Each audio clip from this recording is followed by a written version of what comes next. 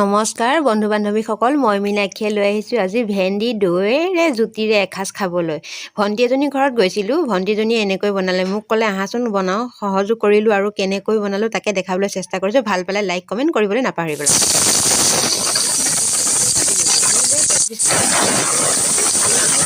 ভেন্দিও fry কৰিলোঁ।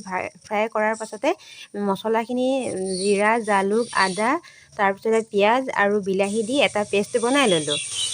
লোৱাৰ পিছত এখন কেৰাহী পাতি তাতে তেজপাত অলপ সময় ভাজি ল'লোঁ। লৈ পেলাই তাতে সেই পেষ্টটো দি দিলোঁ। পেষ্টটো দি তাতে নিমখ সোৱাদ অনুসৰি দি দিছোঁ।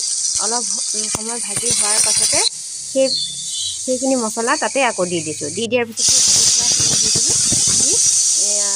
তাৰপাছতে আকৌ ব্যৱহাৰ কৰি প্ৰায় 1 মিনিটমান সময় ভাজি হোৱাৰ পাছতে চাওকচোন ভেন্দিখিনি তাতে দি দিম। এতিয়া মই দি অকণমান সময় লৰাই দিম।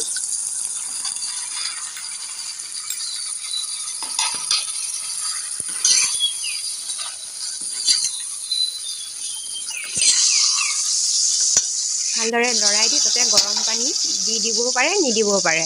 মই হ'লে পানী দিয়া নাই, আপোনালোকে দিও দিব পাৰে যদি বেছি আঠা হয়।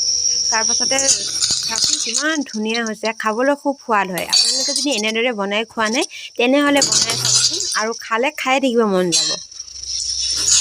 মোৰ খুব প্ৰিয়। আপোনালোকে কেনেকুৱা পায় কমেণ্ট এটা কৰি জনাবলৈ নাপাহৰিব।